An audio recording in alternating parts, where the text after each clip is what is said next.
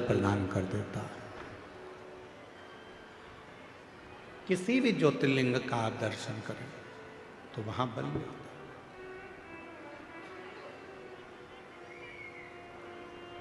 आप में से कितने लोग हैं जो अपने घर में भगवान का जो स्थान है, तुम्हारे घर में जो भी भगवान विराजमान है छोटे से मंदिर में, उस मंदिर में रोज कितने लोग दिया लगाते हैं? हाथ उठाओ जरा। सब लगाते हो दीपक? रखो।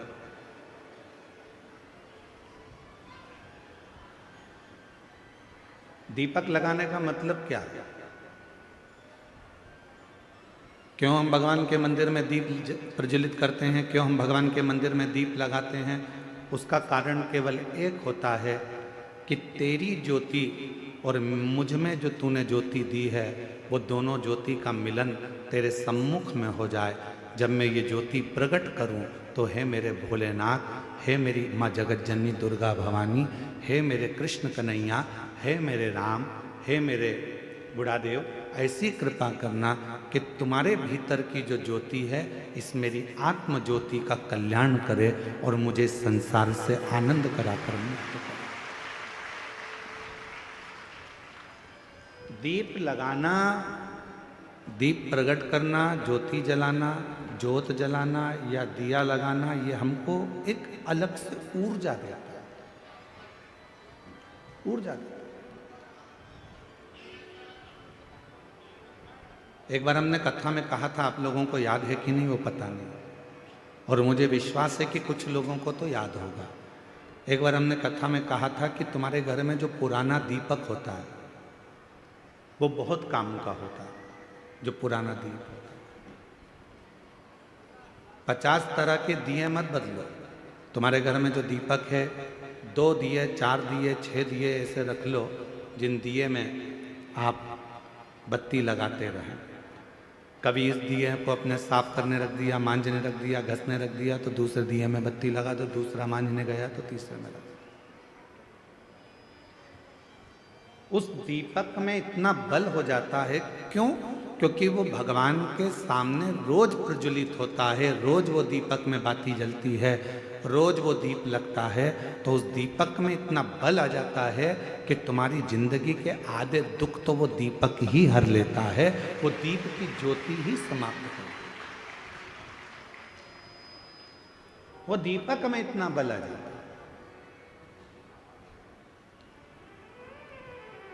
हमने कई बार अपनी कथाओं में भी कहा, कोई दीपक अगर भगवान को आप रोज लगा रहे हो, रोज लगा रहे हो, रोज लगा रहे हो, तुम्हारे घर में कोई बहुत बीमार भी व्यक्ति है और दीपक आप उसको मांझने में लेकर जा रहे हो, तो उसको एक अच्छे पानी में थोड़ा सा डाल दो, उसका पानी अलग रख लो, फिर भले आप दीपक को मांझो, मना नहीं है, साफ करो, मना नहीं है। और जो वो पानी है, उस पानी को जब वो बीमार व्यक्ति स्नान करे तो उसकी बाल्टी में उस पानी को डाल दो, जिससे वो उस पानी से जब स्नान करेगा तो उसका आधे से ज़्यादा रोग तो उसी समय समाप्त हो। डॉक्टर को इलाज करवाओ, डॉक्टर को दिखाओ, क्योंकि डॉक्टर शिव का एक रूप रहता है। हॉस्पिटल जाओ, डॉक्टर शंकर का एक रूप है, उसको दिखाओ, मना नहीं, पर साथ में उस दीप में इतना बल हो जाता है।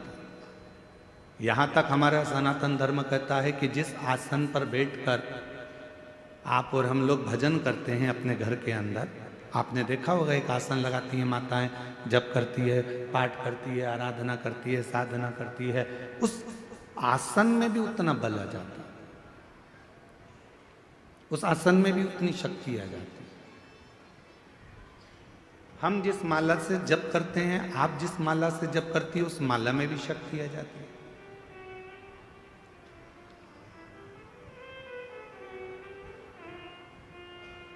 गले में जो आप एक कंठी माला पहनकर रखते हो रुद्राक्ष की, अपने गले के अंदर हमेशा, जैसे हम लोग भी अपने गले के अंदर एक हमेशा एक कंठी अंदर धारण कर कर रखते हैं, हमेशा, रात दिन सुबह शाम हर पल वो रुद्राक्ष हमारे साथ में रहता है।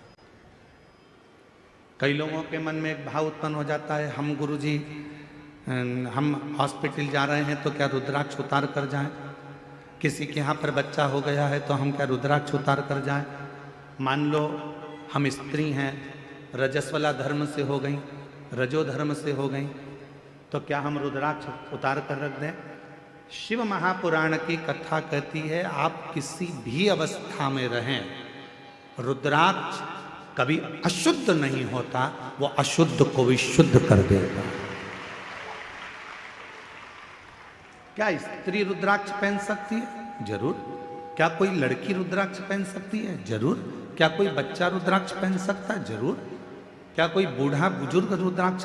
सब पहन, सब धारण।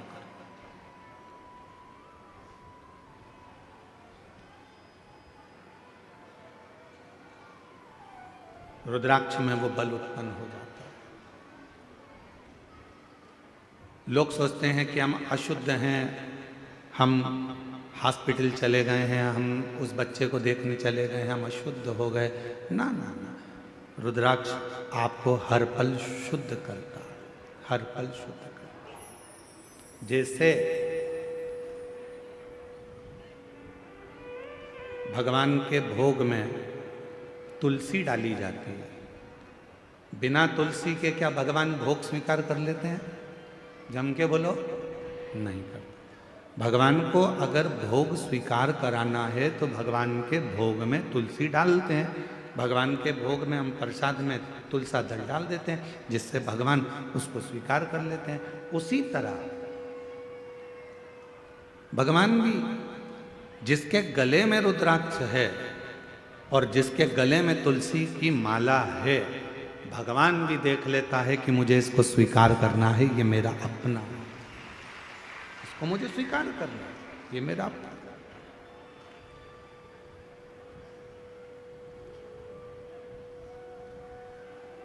मेरी जीजियों, मेरे जीजाओं, मेरी बेटियों, बेटाओं, मेरी माताओं, मेरे बुजुर्ग माता पिता तुल्य आप सब विराजमान हो। मैं निवेदन करूं आप सबसे, भव सागर बहुत गहरा है, संसार